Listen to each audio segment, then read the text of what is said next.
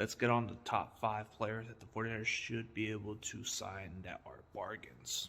And I will give you the list of these players, and I'll explain to you why they will be a really good fit to this 49ers team. So I will give you number 5.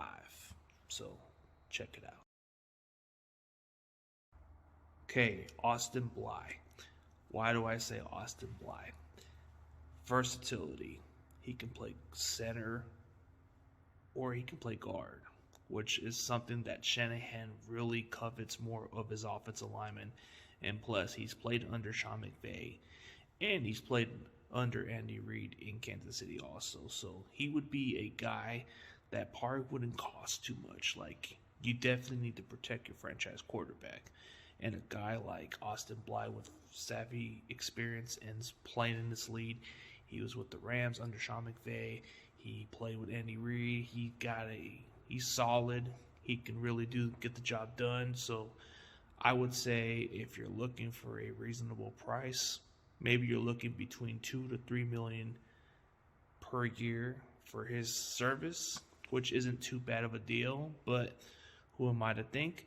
But I think offensive line is probably one of the main priorities in case Alex Mack retires or Laken Tomlinson leaves elsewhere. You always want to add some depth. So a guy like Austin Blythe wouldn't be a bad choice to go to. So you check out the way he plays the center position. He can be your guard in case injuries happen, or just put him at center, which he's been pretty solid at that spot. So that's a suggestion of who we should sign at number 5. I'm going to get you to number 4, and I'll show you right now.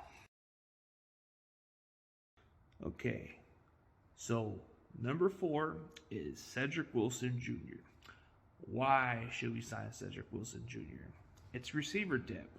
So it's always good to have some receiver depth and help your young quarterback build around with weapons. And Cedric Wilson's is emerging from Dallas, so he's an up-and-coming receiver. He's just going to hit the market, and I don't know what his value is, but I think his value is probably in between $4 to $6 million, I think, or maybe a little more. But I think if you can get him and sign him to a one-year deal or maybe to a multi-year deal or something, you can have these receiving core and give Trey Lance some weapons to build around. Like, you give him Debo, Ayuk, Juwan Jennings, Cedric Wilson.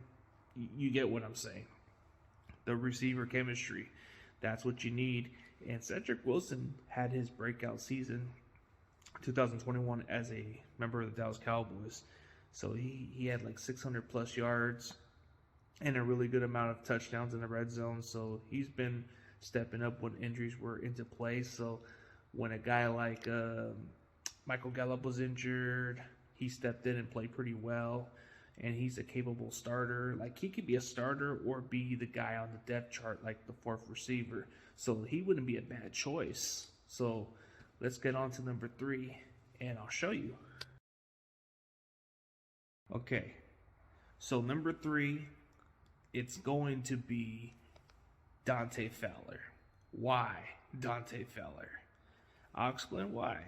You can never have enough pass rushers. And he was released by the Atlanta Falcons. He played with the Rams. That's where he braked out the most, was having 11 sacks with the LA Rams. Ever since he signed with the Atlanta Falcons, he hasn't really panned out. Why would it be a great idea to sign him? He's playing exactly a similar defense, so he would fit just well. This defense is built for his skill set, and Chris Cassera can coach any of these defensive linemen. So it would be nice to bring back Arden Key, but if you can get somebody like a Dante Fowler, then what's there to complain about?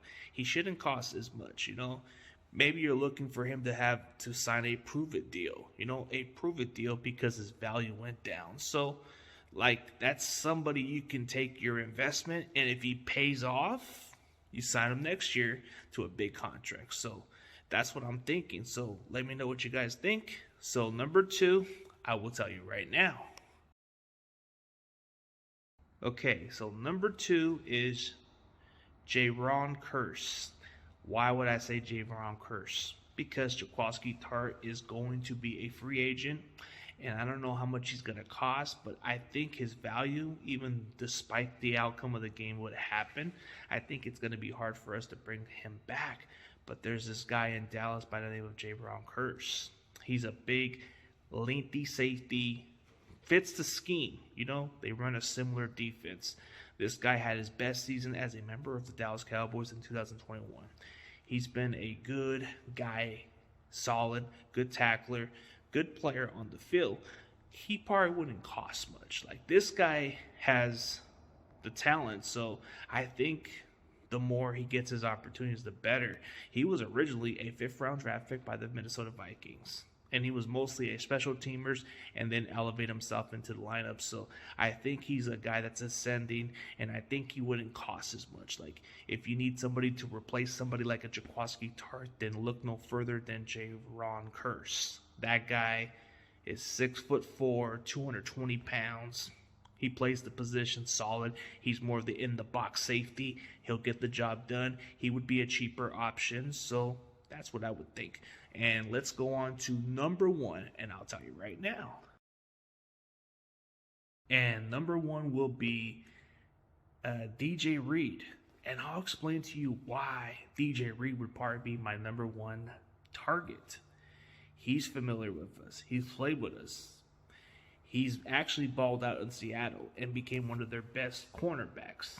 But when you look at it this way, it was our mistake for letting him go in the first place. But now he found his purpose and got better in Seattle. The question is Seattle going to be able to afford him? I think with his price range, I think we'll be able to afford him to replace Quan Williams, which he would play the nickel.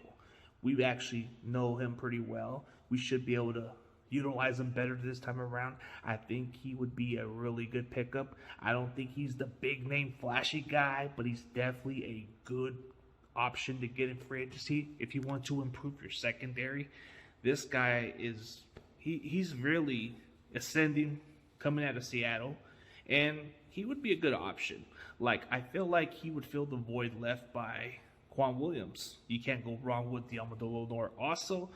But if you want him to play the outside, I think he can play the outside too. So I don't think it's the size that's the issue. I think he can play anywhere in the secondary. You could even put him at free safety, or you could put him at the nickel, or even put him at outside, which he did play outside for Seattle. So I think that would be a good option. But let me know what you guys think in those comments. As always, CG Ruthless Sports is out, and you already know. Go Niners.